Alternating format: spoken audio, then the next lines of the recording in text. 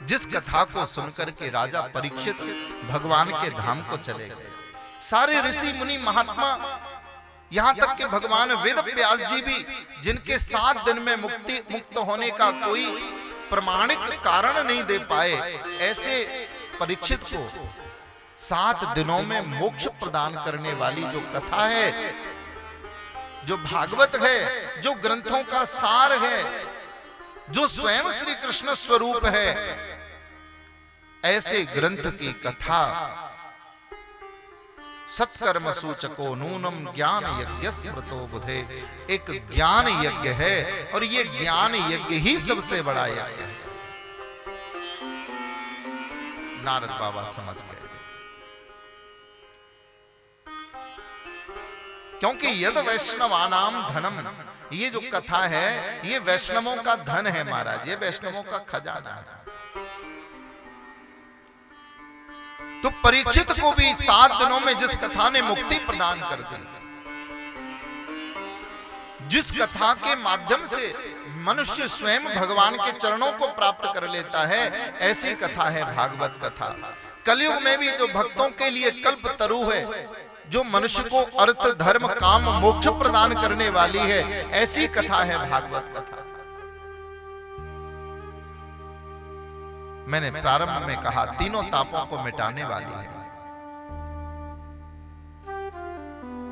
भागवत। इस बात का निराकरण, इस बात की सिद्धि पहले ही श्लोक में करती है। पद्म पुराण से लिए गए महात्मा में प्रथम श्लोक,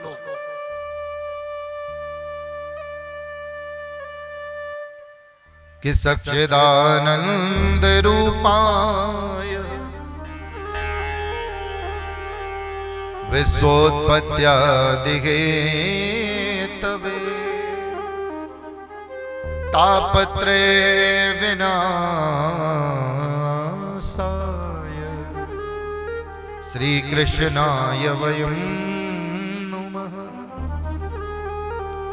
बोले वो श्री कृष्ण के चरण ऐसे हैं कि उनके चरणों में पहुंचने से तीनों प्रकार के ताप स्वतः ही नष्ट हो जाते हैं। तीनों प्रकार के ताप नष्ट होने वाले ही हैं। जैसे अग्नि में कुछ डाल देने से सब कुछ भस्म हो जाता है, ऐसे ही भगवान के चरणों में जाने से मनुष्य के जन्म जन्मांतर के पातक पाप नष्ट हो जाते हैं। ऐसे तापत्रे विनाशाय श्री कृष्णाय वयं नमः, ऐसे तीनों प्रकार के तापों का विनाश करने वाले श्री कृष्ण को हम सब मिलकर के नमस्कार करते हैं, प्रणाम करते हैं, वंदन करते हैं। और अकेले कृष्ण को नहीं, श्री कृष्णाय, श्री कौन है? बोले श्री सहिताय, श्री राधा सहिताय, श्री जानकी सहिताय श्री कृष्णाय वयं नमः, श्री रामाय वयं नमः। ऐसे परब्रह्म परमात्मा के चरणों में हम वंदन करते हैं। परम भाग्यशाली होते हैं वो लोग जो कथा सुन पाते हैं, और उससे भी भाग्यशाली सद्भाग्यशाली होते हैं वो लोग जो स्वयं तो सुनते ही हैं और दूसरों को भी सुनने का सौभाग्य प्रदान करते हैं। ऐसे श्री राजा राम सरकार सेवा समिति ने अपने सुहृदयता से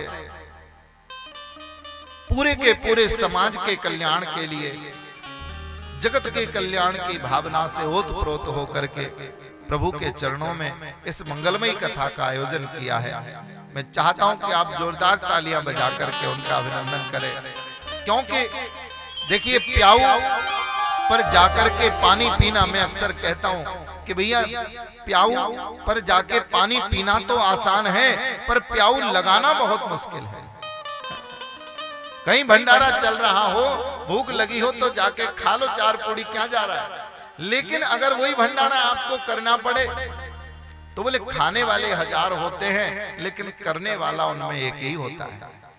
तो इस हजारों लाखों की बस्ती में कुछ भक्तों को भगवान ने अपनी सेवा के लिए चुना है, जो ये मंगलमयी कथा के रूप में, प्रसाद के रूप में आप सबके लिए इतनी सुंदर व्यवस्था की है। तो इसके लिए ये आशीर्वाद के पात्र भी हैं और धन्यवाद के पात्र भी हैं। जो कार्य प्रारंभ हो गया है अब उसे हम सबको मिलकर के, जिसके पास तन है वो तन से सहयोग करे, जिसके पास मन है वो मन से सहयोग करे, जिसके पास भगवान ने धन भी दिया है तो वो धन से सहयोग करे। आप तन मन धन से सहयोग करेंगे तो परमात्मा तीनों से ही आपके लिए भी उपस्थित रहे। बोले महाराज कितना करें, कितना दान करें? तो हमारे संत सूत्र देते हैं, बोले भैया देखो, अधिकस्य अधिकम फलम। एक रोटी खिलाओगे तो एक रोटी का पुण्य मिलेगा, 4 रोटी खिलाओगे तो 4 का मिलेगा। अब ये आपकी सामर्थ्य के ऊपर है। आपको एक बात ये भी है कि भैया आप बैंक में कितना जमा कर रहे हो, बैंक वाले कुछ भी रिटर्न देंगे उसी के आधार पर देंगे। भगवान जो कुछ भी हमें प्राप्त हो रहा है वो हमारे कर्मों से अगर मिल रहा है तो हम जो कर्म करेंगे, जो दान करेंगे, जो पुण्य करेंगे, जो सत्कर्म करेंगे, जितना करेंगे उतना उस रूप में हमें वापस मिलेगा। लेकिन वापस मिलने के भाव से आपको दान नहीं करना, पुण्य नहीं करना, सत्कर्म नहीं करना, निश्चल भाव से, परमार्थ के भाव से, परोपकार के भाव से, बिना बदले में लेने के भाव से, हाँ, स्वार्थ वशीभूत होकर के नहीं, निश्चल भाव से आप भगवान की सेवा में सच्चे हृदय से लग जाइए।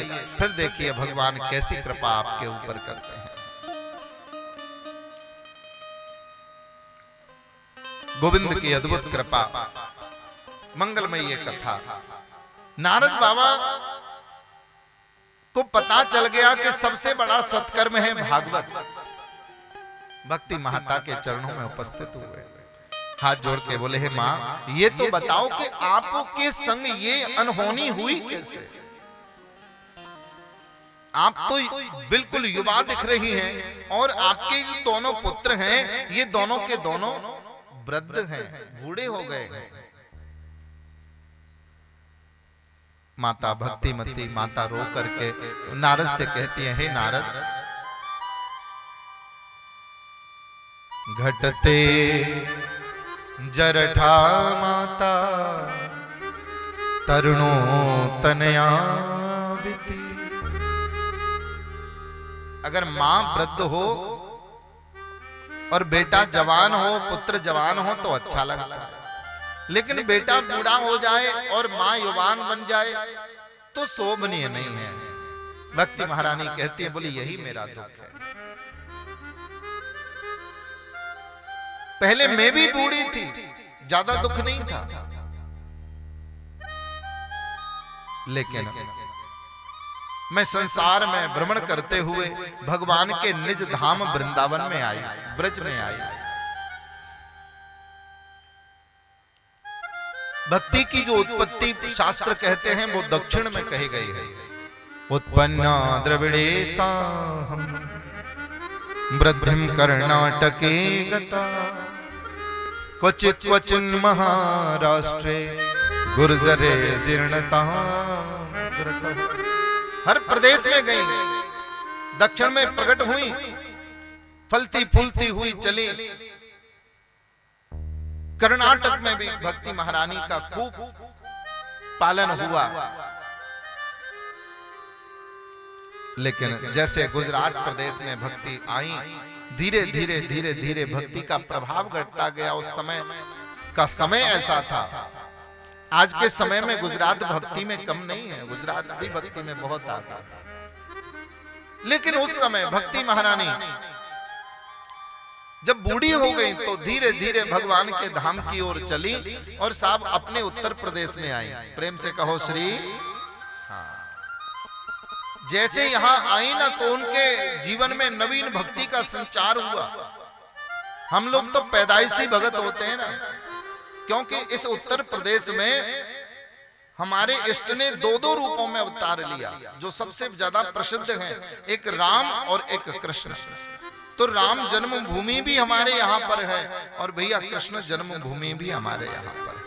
हमने दोनों की संस्कृति को देखा है, हमने राम जी की मर्यादा भी देखी है, तो भगवान श्री कृष्ण की लीला भी देखी है।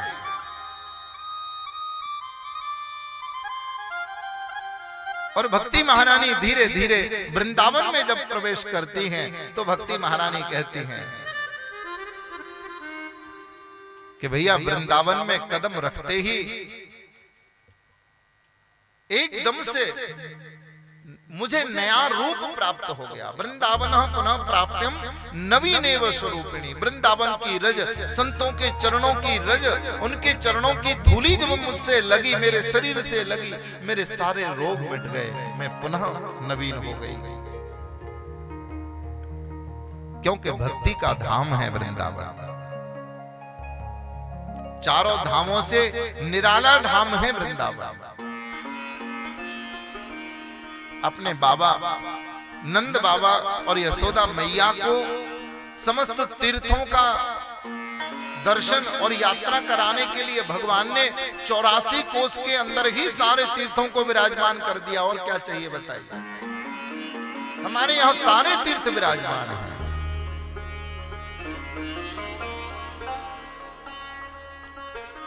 ऐसे श्री धाम वृंदावन में भक्ति महारानी आई, वृंदावन की महिमा गाती हैं कि वृंदावन के वृक्ष को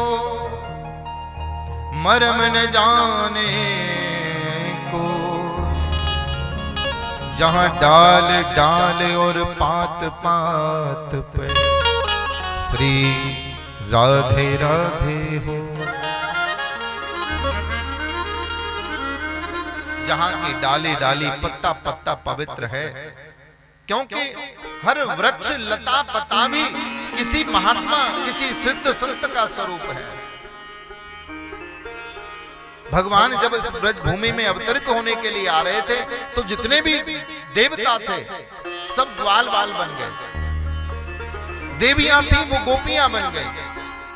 कुछ देवता बच्चे तो कोई मोर बना, कोई पक्षी बना, कोई बंदर बना, जिसको जहां जगह मिली बन गया। बहुत सारे महात्मा भक्त ऐसे भी बच्चे हाथ जोड़ के ब्रह्मा जी से बोले महाराज हमें भी कुछ बना दो, हम भी बनना चाहते हैं, भगवान की लीला में सम्मिलित हो जाए। भगवान ब्रह्मा जी कहते हैं देखो सारी जगह फुल है, भर गई है। बोले ग्वाल बाल बना दो, ग्वाल बाल नहीं बना सकते। अरे गोपी बना दो, गोपियां बहुत बना दी है। अच्छा बंदर ही बना दो, बोले बंदर भी बहुत बना दिए। अच्छा पक्षी बना दो, बोले पक्षी इतने बना दिए हैं दिन भर चेंचे करेंगे। अरे कुछ तो बना दो, कोई कीट पतंगा ही बना दो।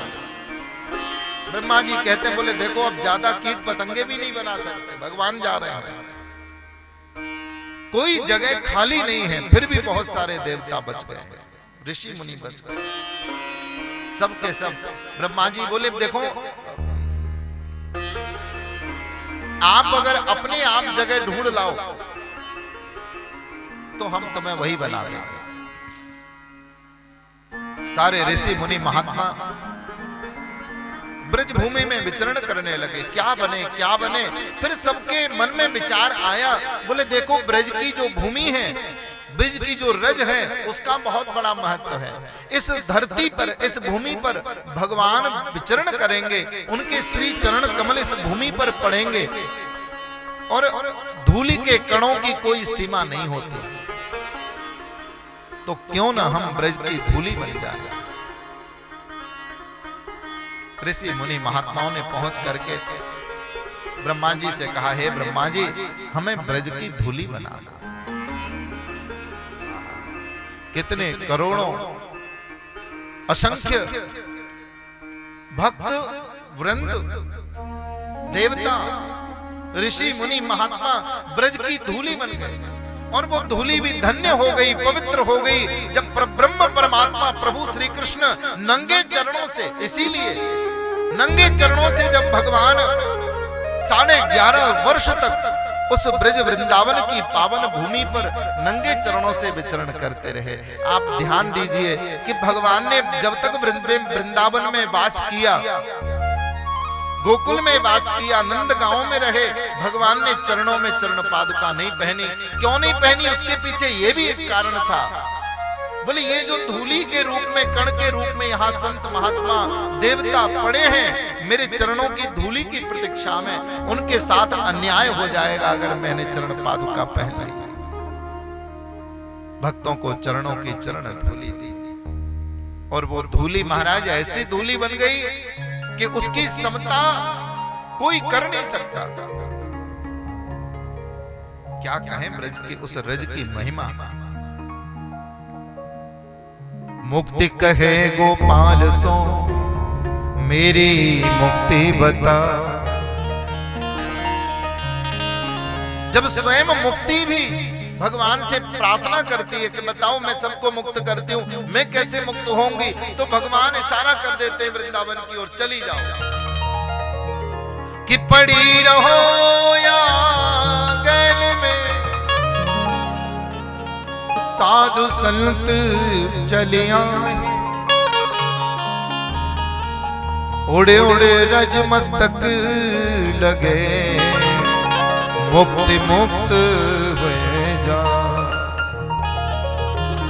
वही रज अगर उड़ करके किसी के माथे से लग जाए, वो रज अगर मुक्ति के माथे से भी लग जाए तो भैया मुक्ति भी मुक्त हो जाती है। हम आप लोग तो बहुत छोटे से जीव हैं।